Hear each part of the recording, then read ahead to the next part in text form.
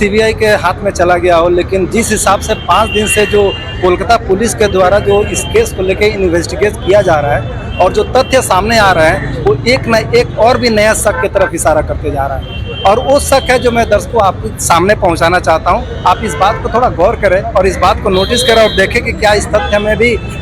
कुछ राज्य सरकार इस बात को छिपाने की कोशिश कर रही थी। आखिर क्या वजह था कि मामले के पहले दिन से ही प्रदेश के मुख्यमंत्री इसको सीबीआई के हवाले करने के लिए बोल रही थी, लेकिन अभी तक उन्होंने सीबीआई के हवाले नहीं किया था। जबकि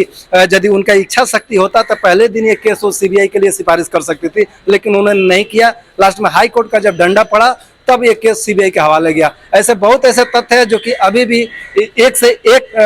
पर्दाफाश होते जा रहे हैं दिन प्रतिदिन। और लगातार इस आर्जिकल जो ट्रेनी महिला थी उस कांड को लेके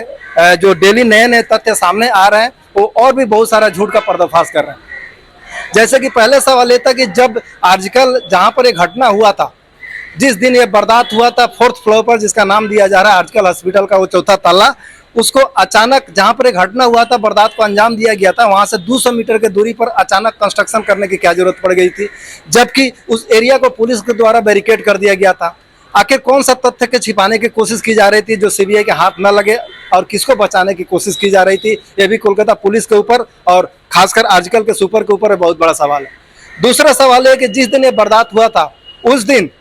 इंसानियत के नाते या लॉ के नाते सुपर को जाके एफआईआर दर्ज करानी चाहिए थी, लेकिन सुपर ने एफआईआर दर्ज नहीं करवाया। क्यों नहीं करवाया, किसको बचाना चाह रहा था, यह भी बहुत बड़ा सवाल है। तीसरा पॉइंट है कि जब से पुलिस के द्वारा इस केस को इन्वेस्टिगेट किया जा रहा है उसमें उसी दिन बता दिया गया था कि ये सुसाइड डिक्लेयर हुआ, इन्होंने सुसाइड किया हुआ। ये कैसे संभव हो सकता है कि जिस महिला ट्रेनी डॉक्टर के साथ ये वारदात हुआ, जिसके साथ ये जघन्य अपराध किया गया, वो अचानक सुसाइड कैसे कर सकती है। पोस्टमार्टम रिपोर्ट में जो तथ्य सामने आ रहे हैं कि कुछ ऐसा नुकीला पदार्थ से उसके प्राइवेट पार्ट को जख्म करने की कोशिश की गई और जख्म भी किया गया ताकि उसको लीड न मिले। तो अचानक एक महिला जो अपने महिला कक्ष में अपना काम को खत्म करने के बाद जब रेस्ट करने के लिए जा रही थी, उस टाइम वहां पर वो शख्स कैसे मौजूद था, और सिर्फ वही एक शख्स था या उसके साथ और भी लोग थे, या उसके साथ उसको प्लान के तहत उस टाइम उसको वहां पर भेजा गया था, ये भी बहुत बड़ा सवाल है। अगला सवाल की तरफ हम आपको बता रहे हैं कि एक सिविल वॉलंटियर को जिसको एक्यूज के तौर पर कोलकाता पुलिस ने अरेस्ट किया, जिसका नाम संजय राय बताया जा रहा है, अचानक उसके पास इतना पावर कहां से आ गया कि आधी रात को 2:30-3 बजे के बाद आर्जिकल हॉस्पिटल में घुस के 4 तल्ला पर जाके, वो भी उस लेडी जो ट्रेनी डॉक्टर थी उसके रूम में कैसे प्रवेश कर गया एक सिविल वॉलंटियर, ये बहुत बड़ा सवाल है। क्योंकि कुछ दिन पहले भी हाई कोर्ट में जब ये मामला गया हुआ था, उस मामला को लेकर माननीय हाई कोर्ट का बयान था कि सिविल वॉलंटियर किसी भी खासकर अथॉरिटी के पास, उसके पास ये राइट्स नहीं बनता है कि वो किसी भी सरकार के काम में दखल करे या कोई ऐसा प्राइवेट चीज हो जो बिना अनुमति के वहां पर नहीं जाए। उन्होंने हाई कोर्ट के सख्त संज्ञान में लेकर इस बात को उन्होंने पुष्टि की हुई थी। लेकिन इसके बावजूद भी आज आजकल में जो पोजीशन है और अभी जो घटना घटा वो रात को 3:30 बजे 3:30 से 4 बजे के टाइम में जब ये वारदात को अंजाम दिया जा रहा था, वो अचानक कैसे घुस गया, ये बहुत बड़ा सवाल है।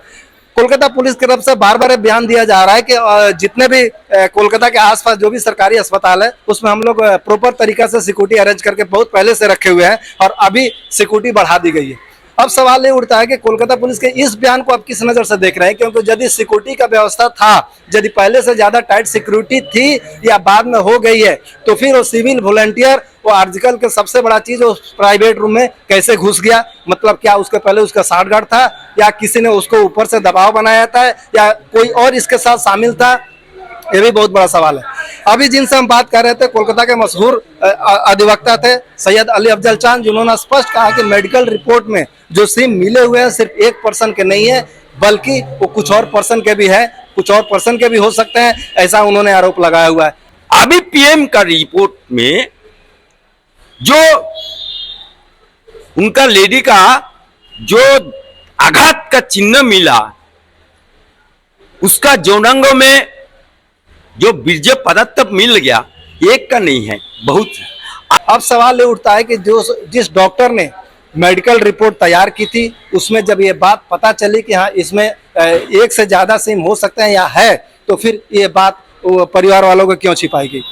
उसके बाद अब सवाल उठता है कि आखिर 5 दिन पुलिस इन्वेस्टिगेट करने के बाद क्या नतीजा निकला इस केस का, क्योंकि ये दिन प्रतिदिन जिस हिसाब से केस आगे की तरफ बढ़ते जा रहा था, ये कोलकाता पुलिस के हिसाब से, उसके हिसाब से और तथ्य बाहर आते जा रहे हैं, और वो ऐसा तथ्य है जो अपने आप में एक शक का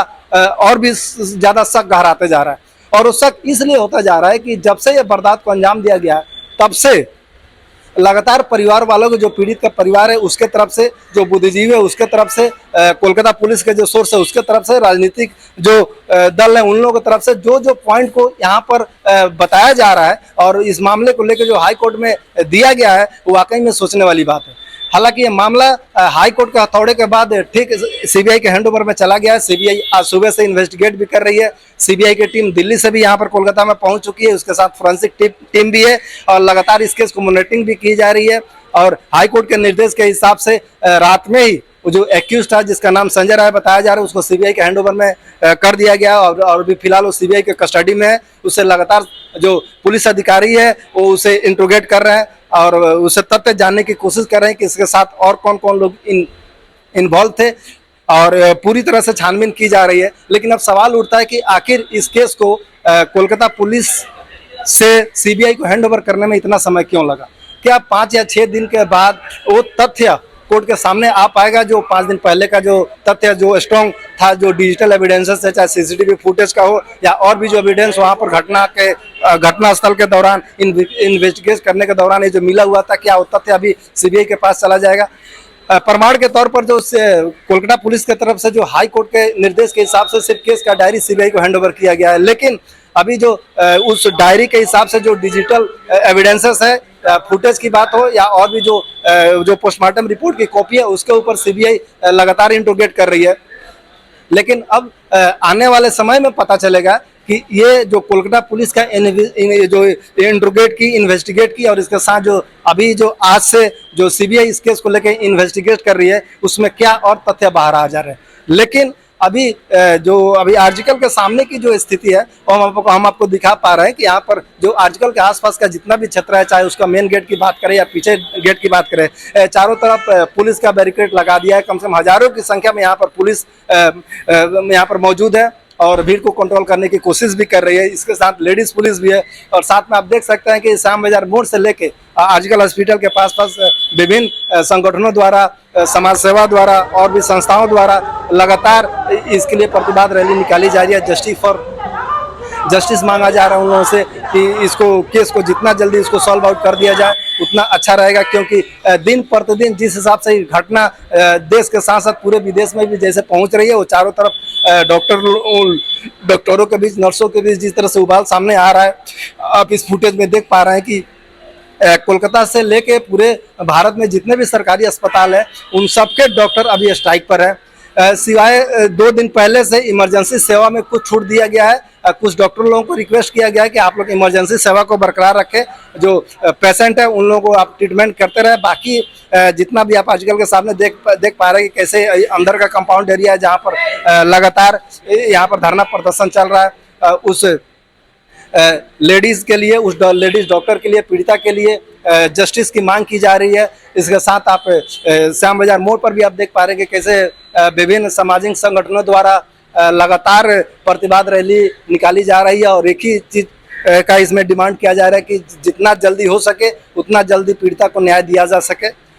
मामला हाई कोर्ट के संज्ञान में आने के बाद सीबीआई के हैंडओवर में चला गया है, लेकिन अभी जो तथ्य हम आप लोगों के सामने रखे हुए हैं, ये तथ्य भी अभी भी सीबीआई से भी वही सवाल है और कोलकाता पुलिस से भी वही सवाल है कि आखिर इस डिले का कारण क्या था। ममता बनर्जी की सरकार किसको बचाने की कोशिश कर रही है, किसको छिपाने की कोशिश कर रही है, कौन वैसे तथ्य थे, कौन ऐसा बाहुबली था जिसको लगातार छिपाने या बचाने का प्रयास किया जा रहा है, ये अभी भी सवाल ममता सरकार के ऊपर है। आप हमारे न्यूज के साथ बने रहिए, इसके साथ और भी क्या अपडेट रहता है हम आपको बताते रहे। तब तक आप देखते रहिए डॉन न्यूज हिंदी, क्योंकि मुद्दा आपके हक का है।